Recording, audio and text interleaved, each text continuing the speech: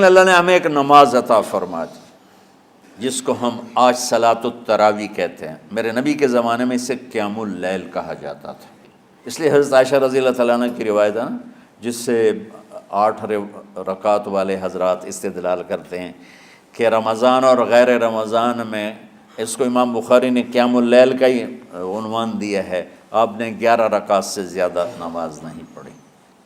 ایک ضعیف روایت میں ہے کہ آپ نے 3 دن پڑھائی نماز، یہ تو صحیح روایت ہے۔ کتنی رکعت پڑھائی؟ تو ایک ضعیف روایت میں ہے کہ 20 رکعت پڑھائی۔ اچھا، ضعیف روایت سے عبادت ثابت نہیں ہو سکتی حکم شرعی۔ تو جب حضرت عمر رضی اللہ تعالیٰ عنہ نے سب کو، اب میرے نبی کے دور میں 3 دن کے بعد آپ تو آئے نہیں کہ کہیں فرض نہ ہو جائے، تو صحابہ اپنے طور پر قرآن سنتے تھے ٹولیوں میں۔ صدیقی دور میں 2 سال وہ فتنوں میں گزرا، تو اس میں بھی اسی طرح چلا کہ ٹولیوں میں ہوتے تھے۔ حضرت عمر رضی اللہ عنہ کے زمانے میں حکومت مضبوط ہو گئی، طاقتور ہو گئے، تو ابتدائی سالوں میں نہیں، چند سالوں کے بعد اب مسجد میں تشریف لائے تو لوگ اس طرح کوئی 4 ادھر 4 ادھر 5 ادھر 10 ادھر 20 ادھر، تو کہنے لگے ان کو ایک امام پہ جمع کر دیا جائے تو کتنا اچھا ہوگا۔ تو آپ نے سب کو اکٹھا کیا اور ابی بن کعب رضی اللہ تعالیٰ عنہ کو امام بنایا اور سب کو ایک نماز پہ جمع کر کے 20 رکعت کا حکم عطا فرمایا۔ تو حضرت عمر کا یہ عمل اس حدیث کو مضبوط کر دیتا ہے کہ چونکہ میرے نبی نے کہا علیکم بسنتی و سنت الخلفاء الراشدین من بعدی، کہ میری اور میرے خلفاء راشدین کی سنت پر مضبوطی سے عمل کرنا۔ تو حضرت عمر کا جو 20 رکعت طے کرنا ہے، اگر ان کا اپنا اجتہاد ہے تو بھی ہمارے لیے عمل کے لیے کافی ہے، اور اگر ان کو یہ یاد ہے کہ میرے نبی نے 20 پڑھی تھیں تو اور زیادہ اچھی بات ہے۔ لیکن بہرحال جو 8 پڑھتا ہے ہمارا اس پہ بھی کوئی اعتراض نہیں، چونکہ وہ بھی حدیث کے ساتھ بات کرتا ہے، اور باقی پوری امت 20 پڑھتی ہے، ان پر بھی اعتراض نہیں۔ میں ایک جگہ سے گزر رہا تھا، نماز کا وقت ہو گیا، اہل حدیث کی مسجد تھی، میں وہاں نماز پڑھنے چلا گیا، تو ایک بہت بڑا اشتہار لکھا ہوا تھا، 20 تراویح ثابت کرنے والے کو 5 لاکھ روپے انعام۔ کہ 20 تراویح، سینکڑوں سال سے امت کا عمل 20 تراویح آ رہا ہے۔ تراویح کا نام جو پڑھا، مجھے یوں لگتا ہے کہ اہل مکہ، یعنی اہل مکہ جو تھے نا، وہ 4 تراویح پڑھ کے ایک طواف کرتے تھے، تو وہ آرام کے لیے ہوتا، ترویحہ آرام، تھوڑی دیر کا آرام۔ تو 4 تراویح کے بعد ایک طواف کرتے تھے، وہ چھوٹا سا طواف 10 منٹ میں ختم ہو جاتا تھا، اور پھر 4 تراویح پڑھتے تھے، پھر طواف کرتے تھے، پھر 4 پڑھتے تھے، پھر طواف کرتے تھے۔ یہ صحابہ کے تھوڑے بعد کے دور کی بات۔ تو مدینے والوں کو پتہ چلا کہ مکے والے تو یہ کرتے ہیں، وہ کہنے لگے اساں کی کریے؟ انہوں نے کہا اسی 40 تراویح پڑھیں گے، 40 رکعت، وہ 40 رکعت پڑھتے تھے۔ تو نوافل میں کوئی سختی نہیں کہ بھائی 8 سے زیادہ نہیں پڑھنی، بدعت ہو جائے گی، اور 20 پڑھنا بدعت ہے، یہ سب جہالت کی بات ہے۔ اور یہ 8 پڑھ رہے ہیں یہ غلط ہے، یہ بھی حماقت کی بات ہے۔ جو صحیح حدیث سے دلیل پکڑ کے کوئی عمل کرتا ہو تو بھائیو اس سے بحث نہ کیا کرو، مناظرہ نہ کیا کرو، یہ بہت نادانی والی بات۔ اور امت کا، خلق لاکھوں کروڑوں انسانوں کا ایک عمل پہ جمع ہونا، یہ بذات خود اس کی طاقت کی ایک دلیل۔ اور حرمین جب سے میرے رب نے، حضرت عمر نے 20 رکعت شروع کی، آج تک وہاں بھی ساری مساجد میں 8 رکعت تراویح ہوتی ہے، لیکن حرمین کی مسجد میں 20 رکعت، ادھر بھی ادھر بھی۔ اور یہ جو وہ وہاں ختم قرآن پہ دعا نہیں مانگی جاتی، یہ کس کا عمل ہے؟ حضرت عثمان کا۔ حضرت عثمان نے اپنے دور خلافت میں تراویح پڑھانے والے سے کہا جب قرآن ختم کرو تو دعا کرنا۔ وہ کہنے لگے جی کیا دعا کروں؟ کہ جو تیرے دل میں آیا کرنا۔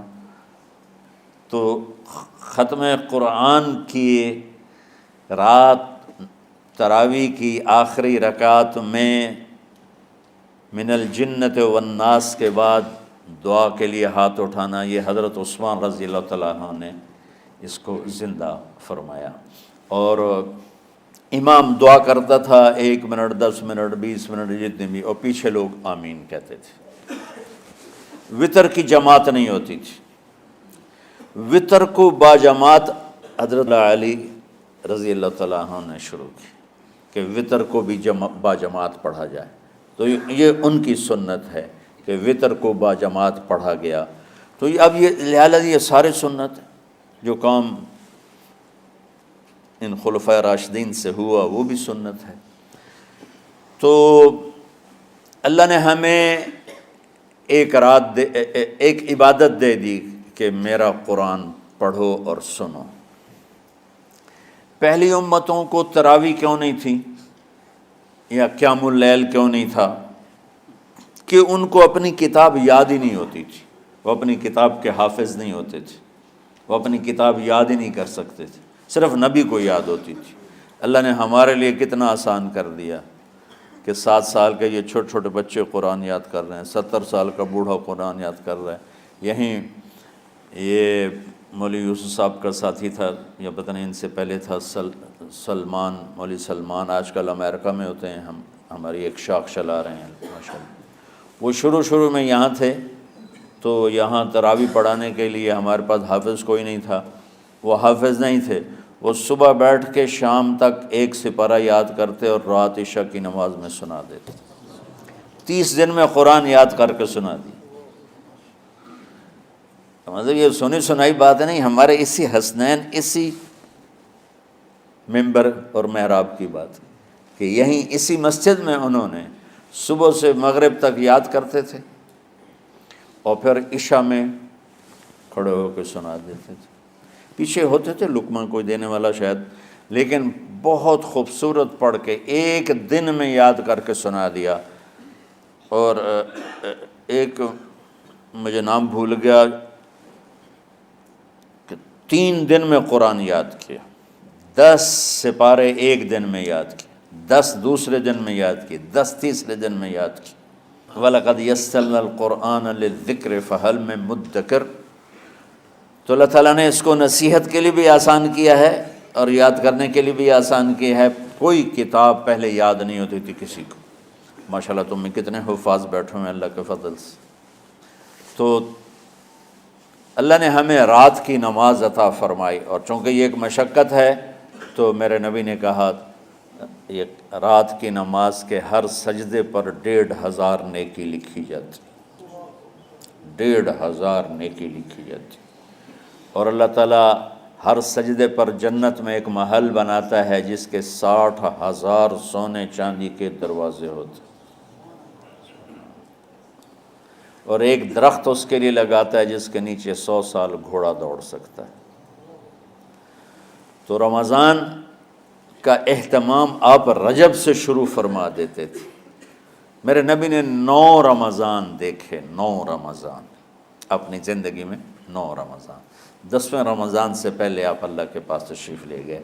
آپ کی زندگی میں روزے فرض ہونے سے آپ کی وفات تک 9 رمضان گزرے، اور میں قربان جاؤں اپنے نبی پر، اپنی امت پہ کیسی شفقت تھی۔ آپ سحری کھاتے تھے بالکل آخری وقت، ادھر بلال اذان دے رہا ہے اور ادھر آپ آخری لقمہ کھا رہے ہیں، اور ادھر سورج نیچے ہوا اور آپ کھجور منہ میں۔ ایک آدمی اوپر کھڑا ہوتا تھا مدینے میں تو وہ چھت پہ، گھر کی چھت پہ کھڑا ہوتا تھا، سفر میں ہے تو وہ کسی پہاڑی پہ کھڑا ہوتا تھا۔ جو ہی سورج کا کنارہ نیچے جاتا اب فوراً وہ کہتا یا رسول اللہ قد غربت، تو آپ کھجور منہ میں ڈال لیتے تھے، یا پانی، کبھی پانی سے افطار فرماتے تھے، کبھی کھجور سے افطار فرماتے تھے، کہ میری امت پہ بھوک کا وقت کم سے کم آئے۔ آج کل جو یہ ہمارے افطاری کے اوقات ہیں نا، یہ سورج ڈوبنے کے بھی 2-2.5 منٹ بعد کے ہیں کہ احتیاطاً، ٹھیک ہے چلو احتیاط کر لو کوئی مسئلہ نہیں، لیکن اصل ہے ادھر چونکہ اب سورج ہمیں نظر ہی نہیں آتا ہے، اس طرح ہم گھرے ہوئے ہیں شہروں میں، دیہاتوں میں بھی اب اس طرح کا ماحول ہے کہ وہ نظر نہیں آتا ہے، تو بہتر کہ ادھر سورج غائب ہو، ادھر لقمہ منہ میں جائے، لیکن یہ تب ہے جب آپ نظر آ رہا ہو۔ اب جب آپ یہاں بیٹھے ہو حسنین میں تو یہاں تو کوئی سورہ نظر نہیں آئے گا، یہاں تو مینار ہی نظر آئے گا، تو لہٰذا احتیاط ٹھیک۔ ہمارے اہل حدیث بھائی وہ 2 منٹ پہلے ہم سے افطار کرتے ہیں، تو بڑی اچھی بات ہے کہ سورج کے غروب ہونے کا جو اصل وقت ہے اس کے ساتھ ہی افطار کرنا۔ اور سحری میں ایک واقعہ سناتا ہوں، آپ سحری کھا رہے تھے، بکرے کی سری پکی ہوئی تھی، تو مولا علی رضی اللہ تعالیٰ عنہ اور عرباض بن ساریہ رضی اللہ تعالیٰ عنہ آپ کے ساتھ کھانا کھا رہے تھے، تو حضرت بلال ہے، یا رسول اللہ وقت ختم ہو گیا ہے، میں اذان دینے جا رہا ہوں، آپ برائے مہربانی کھانا پینا بند کریں۔ اور یہ کہہ کر چلے گئے۔ چھت، ایک انصاری عورت تھی، اس کے گھر کی چھت پہ چڑھ کے اذان دیتے تھے۔ چڑھنے لگے تو پھر واپس آئے کہ دیکھوں اللہ کے نبی نے کھانا چھوڑ دیا یا نہیں۔ آ کے دیکھا تو وہ کھا رہے تھے۔ انہوں نے کہا یا رسول اللہ واللہ لقد اصبحت، یا رسول اللہ اللہ کی قسم سحری کا وقت ختم ہو گیا، صبح ہو گئی۔ تو آپ نے ہاتھ پیچھے کر لیا، کہہ رہے تیرا بھلا ہو بلال، ابھی وقت باقی تھا، تیرے قسم کھانے پر اللہ نے اس کو پہلے نکال دیا کہ تیری قسم کہیں جھوٹی نہ پڑ جائے۔